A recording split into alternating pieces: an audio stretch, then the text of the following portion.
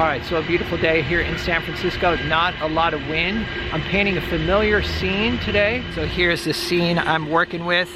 I am gonna make a few changes and I'll talk about those while I'm painting. All right, I'm painting on a 20 by 20 inch stretch canvas today. And I've got my usual palette of colors here. These are leftover colors from a previous painting. A lot of people ask why I don't clean off my palette more often. And the reason is that I always leave the paint, unused paint, on my palette for the next painting. And then occasionally if it dries, then I'll scrape it off. So it makes for sort of a messy palette, but I don't waste very much paint. I mean, that's one of the advantages of having a box palette, is I don't have to you know, scrape off all the unused paint. I can use it for the next painting. I just got the cards for my show at Studio Gallery, which opens October 3rd, reception on October 6th. Anyway, I am painting in the neighborhood of the gallery, so I'll be passing out postcards as well. All right, sketching in burnt sienna, just mapping out the shapes. And I'm going with a similar composition to compositions that I've done before. I'm hoping for different lighting today, and you know, depending on the time of day or the season you paint, it's always going to be a slightly different scene. We got distant hills here, some buildings, and then in the foreground there's kind of some trees coming down. And this area over here is always the most challenging. There are a bunch of foreshortened buildings, and even though I've painted this scene before, every time I paint a familiar location, it comes out a little bit different than the time before, even if I'm doing the same exact composition. And that's one of the nice things about painting. It's never going to be the same. I'm contemplating giving myself a time limit on this painting, just to make sure that I keep it loose. Honestly, I'm just out here having fun today. I mean, most of the times when I paint, I'm just out having fun, but I'm just feeling relieved to have my show almost finished. I've got a few pieces to frame, but the work will be delivered soon. Actually, the work is online. I'm going to put a link down below if you want to check out the images, but it's just such a huge undertaking. And it's really nice just to be out painting almost like recreationally. So yeah, I'm thinking of painting quickly and just kind of winging it and seeing what happens. All right, I've got a number 6 natural bristle flat here, and I'm going to start sketching in some of the trees that line the street here. This part of the street is kind of the center of interest, so I'm going to start here and make sure that I get this reading properly. And there's some dark portions in these trees in the foreground, so I'll get those established. And I'm just approximating colors and values at this point. Values really are more important for me in the scrub in, just to establish the value pattern.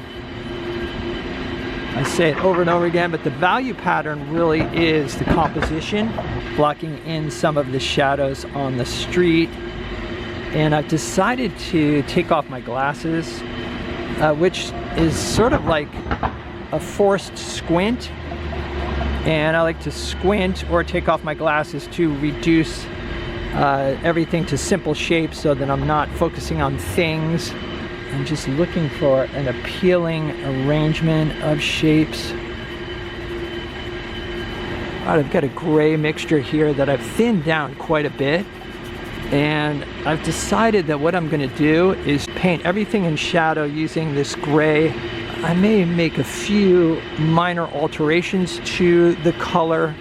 The idea is that I want to capture the lighting that's happening right now and then kind of stick with that. I added a bit of cadmium yellow lemon to the mix for the buildings in this area here.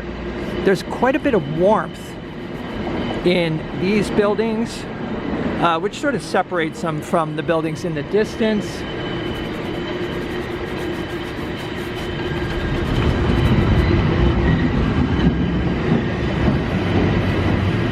One of the biggest challenges in painting cityscapes is maintaining some sort of color harmony, and I feel that using a limited palette really helps. The fewer colors you're mixing with, the better chance of having a harmonious painting color-wise. At least that's the theory, and it seems to work out. I've noticed that that's actually true. This building has a bit more red in it, so I added a little bit of alizarin crimson and burnt sienna. Keeping all of the colors pretty close to the initial gray that I mixed. So I'm just modifying the gray when I want to change the color or push it in a different direction. This whole area is kind of gray right there. This paint has been sitting on my palette for 3 or 4 days, so it's starting to thicken up. So I'm using quite a bit of liquid to thin it. I think I'm going to try to use all of the paint on my palette. And I'm already running low on some key colors. For example, burnt sienna is almost gone. Sometimes it's a fun exercise to try to use different colors to achieve the mixes you're after. So instead of burnt sienna, I can use the alizarin crimson when I want something in the red family or orange family.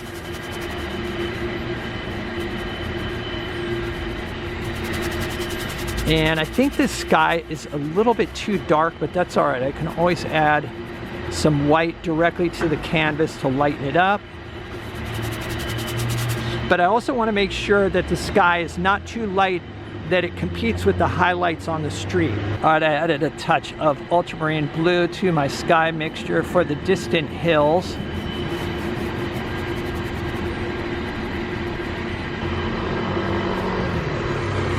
Still using the number 6. And this brush seems to be about the right size for the job. A number 8 would be just a bit too big on this size canvas, especially since there's, you know, some small shapes to fill in. And there's a distant shoreline out here. I want to make sure that the distant shoreline is above the top of the buildings. All right, so I've got a blue-green mixture here for the water, a little bit more over here.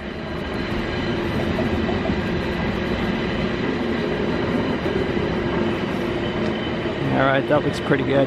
Yeah, it looks like these distant hills are gonna have to get darkened, but possibly what I need to do is lighten the sky, but we'll see. I'm at that stage of the painting where the general public is not really understanding my vision. That's something to keep in mind if you're contemplating plein air painting and you're nervous about painting outside in front of people, is that it doesn't matter. Even when you're experienced, they're not going to get it in the early stages because the block-in is always pretty messy, you know? So just get out there and don't worry about it. And I've got a warm gray here for the street. Actually, I can already tell I'm going to need to warm this up a bit more, but that's a good starting point. I have passed out 2 postcards, and then the manager of the apartment building right here actually just brought me lunch, which was really nice. Sandwich and a fruit plate type thing. It's one of the things I love about painting in the city is just meeting people, you know, conversations, and then, I don't know, it's just great. I'm about to lose my shade here, which is going to be kind of a problem. I don't know if you can see this, but the sun is just coming around the corner here. So I might have to move my easel. All right, so I moved my easel down the street here a little bit, and I set up behind this sign so I'm not really blocking the sidewalk. All right, so adding some orange to this building here, sort of terracotta tiles for the roofing. And I think I'm going to try to add a touch of that color down here as well. There's a building here that seems to be made out of brick, so sort of include that color down here. There's actually a bit of that color right here as well. Something like this. The canvas I'm painting on is a medium tooth cotton duck canvas. It's pretty rough. The texture is pretty rough, so it does require quite a bit of scrubbing to cover things. This is not a good canvas for detail, which is not really a problem for me, obviously, because I'm not looking for detail. And here comes another cable car down the hill.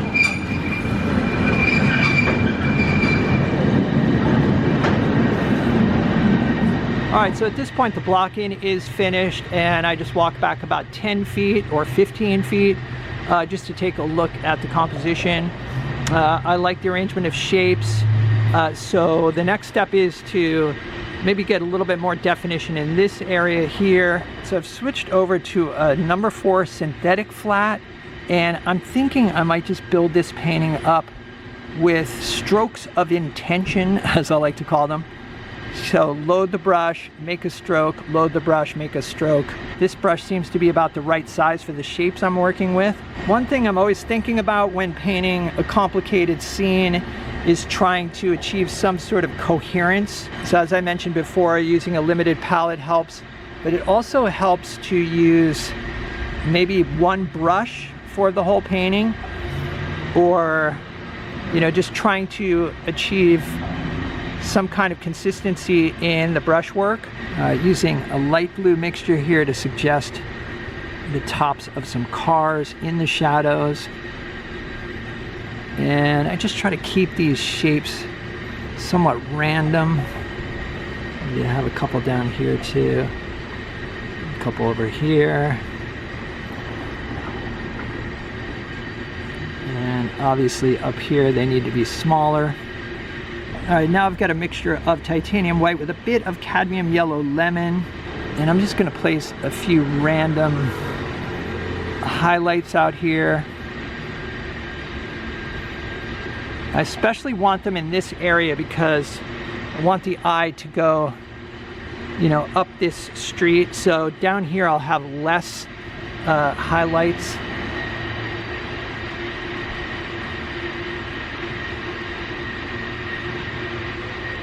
All right, so here is what I finished up with. This painting took about 2.5 hours to complete. It was finished on site, although I am planning to do a few minor touch-ups, just some minor cleanup. But overall, I'm actually happy with the way it came out. The last time I painted this particular scene, I was not happy with the color. It was helpful having done the scene before because I did keep some of the challenges in mind.